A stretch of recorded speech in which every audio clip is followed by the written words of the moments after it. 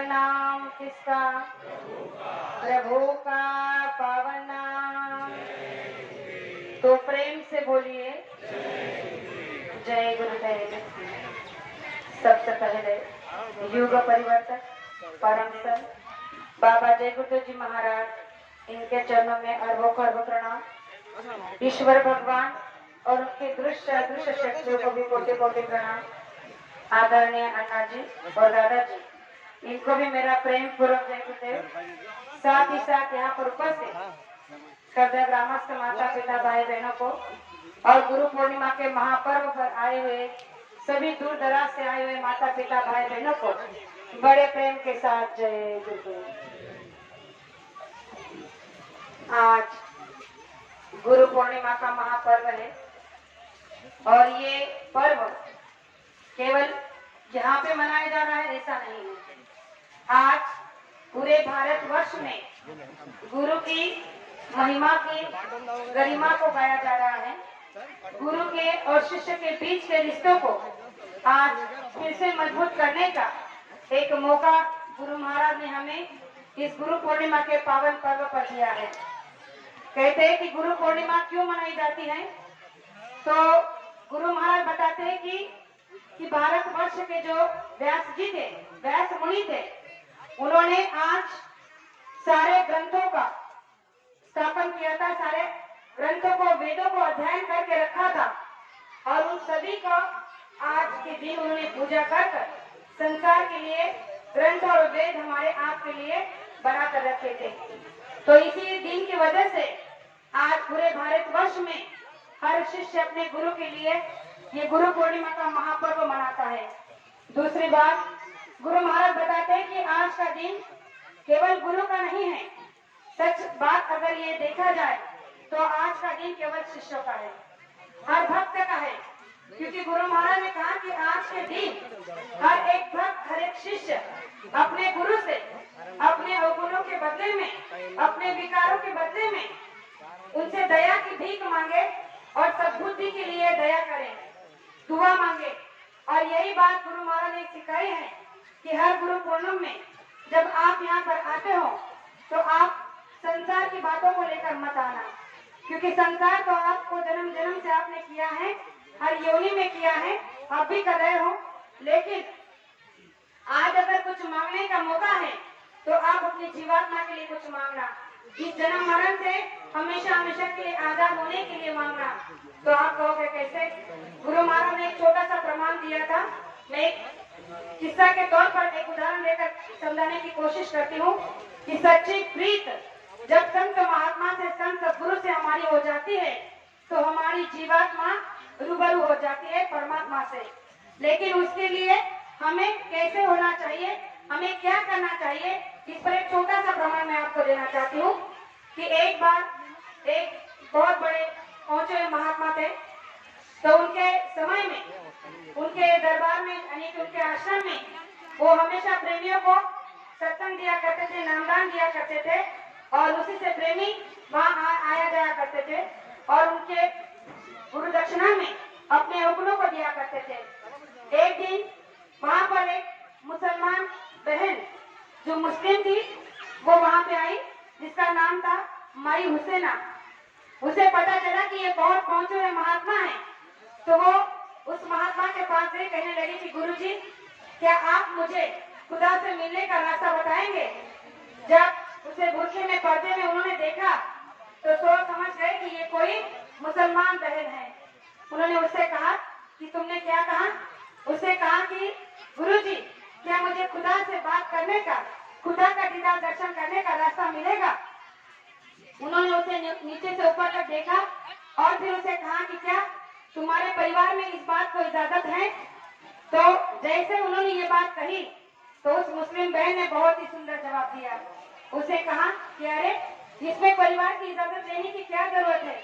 मैंने कौन सा पाप कर दिया? मैंने कौन सी गलत बात कर दी? मैंने खुदा से मिलने का रास्ता ही तो पूछा है, और जब आप खुदा से मिलने का रास्ता दे सकते हो तो इसमें लेने में क्या हर्ज है? उसके अंदर की विरह, उसके अंदर की तड़प को देखकर उस महात्मा ने उसे नाम का दान बख्शा और उस पर दया की बौछार भी कर दी और कहा कि घर जाकर नियमित रूप से सुबह शाम ध्यान भजन सुमिरन करना, जिससे आपको खुदा से मिलने का रास्ता भी दिया है, तो खुदा से बात करने का मौका भी मिलेगा। वो बहन घर जाकर बराबर अपने समय से समय निकाल कर ध्यान भजन सुमिरन करती थी और इस तरह से उसकी जीवात्मा की चढ़ाई होती थी। लेकिन जब भी वो आश्रम पर डेरे पर आती थी तो लोग उनके दर्शन के लिए घंटों लाइने में लगाकर भीड़ लगाकर खड़े होते थे और वो कोने में जाकर खड़े हो जाती थी। और जब उसका समय आता था तब जाकर उनसे अकेले में मिलती थी और बातें करती थी। तो एक दिन वहां पर एक काशी से पंडित जी आए थे। उन्होंने जब इस दृश्य को देखा कि एक मुसलमान स्त्री हमारे महात्मा से मिलती है और अकेले में जाकर कोई तो बातें करती है जिसका हमें पता नहीं, लेकिन आखिर में ये क्या बातें करती होगी। तो उन्होंने सोचा कि जाकर इसकी बातों को सुनना चाहिए। आखिर में है तो ये मुस्लिम, लेकिन फिर भी यहाँ पर आती है पर्दे में और पर्दे में ही बात कर चली जाती है, तो मुझे इस बात की जिज्ञासा है। तो जैसे ही वो बहन महात्मा जी के पास बात करने के लिए अंदर गई तो उन्होंने उस पर्दे के पीछे छुपकर उन दोनों की बातें सुनी। जब उस पंडित जी ने उन दोनों की बातों को सुना, महात्मा और उस मुसलमान बहन की जब बातें सुनी, तो वो वहाँ पे धक्का रह गए।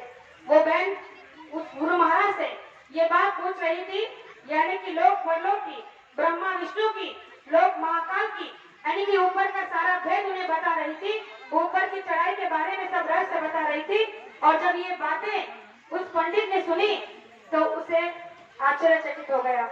वो वहां से शर्मसार होकर बाहर आया और अकेले में बैठकर पश्चाताप करने लगा, सोचने लगा कि मैं एक हिंदू पंडित होने के बाद भी मैंने कितने दिनों से इनसे नाम का दान ले लिया है, लेकिन आज तक ना मेरा ध्यान बना, ना भजन बना, ना सुमिरन बना।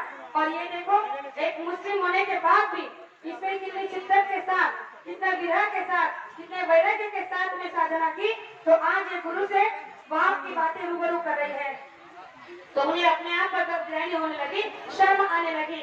वो गुरु के सामने जाकर रोने लगे। तब उसने गुरुजी ने उसे कहा कि तुम तो गुरु से मिलने आते हो, लेकिन क्या लेकर आते हो? संसार लेकर आते हो, संसार की कामना लेकर आते हो। ये जब भी यहाँ पर आई है, इसने केवल और केवल अपने आत्मा के बारे में, जीवात्मा के बारे में ही बातें लेकर आई है। और आप थोड़ा सा सुमिरन कर लेते हो, थोड़ी सी सेवा कर लेते हो, थोड़ा सा सत्संग सुन लेते हो, तो अपने आप को लगने लगता है कि हम बहुत बड़े ज्ञानी हो गए, हम बहुत बड़े नामदानी हो गए, बहुत बड़े सत्संगी हो गए। लेकिन इस थोड़े से न आपको मिला है न मुझे, तो मैं आपको क्या दे सकता हूँ। प्रेमियों, जब उनकी बातें उस पंडित ने सुनी तो उनके आंखों से आंसू बहने लगे। उन्होंने कहा कि आपने हमारे जी का सही हाल बताया, और यही हाल आज हमारे सबका भी है। हम गुरु महाराज के पास दरबार में जाते तो हैं, आते तो हैं, लेकिन कभी आज तक अपने छाती पे हाथ रखकर कहो कि कोई अपनी जीवात्मा के लिए आया है। केवल नकल के लिए हम आते हैं, संसार के लिए आते हैं। बच्चे की शादी नहीं होती, लड़की की शादी नहीं होती, संसार का काम नहीं होता, खेती दुकान दफ्तर का काम नहीं होता, बरकत नहीं मिलती, यानी कि सभी संसार का रोना लेकर जब यहाँ आते हो तो बताओ, गुरु महाराज ने तो पहले ही बता दिया है कि इन सभी का एक ही मैंने दवा बना कर रखे, वो है भजन। जब तुम भजन नहीं कर रहे हो तो इन सब व्याधियों से तुम कैसे बचोगे, इन सब परेशानी से तुम कैसे छूटोगे। तो प्रेमियों, मैं ज्यादा कुछ ना कहते हुए आज आपसे इतना ही कहना चाहूंगी, जिस तरह से बहन माई हुसैना अपने गुरु से मिलकर अपने आत्मा परमात्मा से रूबरू हो गई, उसी तरह ये मौका हम आपको भी मिला है। गुरु महाराज ने अमोलक देश कीमती दान हमें मुफ्त विधान काट दिया है। उसकी लाज रखने के लिए हमें ध्यान भजन सुमिरन नित्य रूप से करना है, लेकिन ईमानदारी के साथ करना है। संसार को थोड़ा साइड में रखकर करना है, तब जाकर हमारे सारे सवालों का जवाब उन्हीं के पास हमें मिल जाएंगे। गुरु महाराज ने कहा कि गुरु पूर्णिमा का महापर्व आपको अपनी कमियों को रखने के लिए मिला है, गुरु से दया की भीख मांगने के लिए मिला है। तो आप यहाँ पर बैठे हुए सभी माता पिता भाई बहनों से मैं इतना ही कहना चाहूंगी कि आज के दिन आप अपने संसार को कभी मत मांगना। जो भी आप यहाँ चढ़ाना चाहते हो उसका पैसे के बदले में आप अपने अवगुणों को, अपने बुराइयों को यहाँ पर चढ़ा दो, और उसके बदले में एक नेक मनोकामना मांगो कि मालिक कभी भी किसी के प्रति हमारे भाव दुष्भावना हो जाए, कोई भी ऐसी ईर्ष्या मत्सर न हो जाए। जो भी हमसे मिले प्रेम प्यार से मिले, प्रेम प्यार के साथ व्यवहार करे और हमारे ध्यान भजन में हमें तरक्की मिले।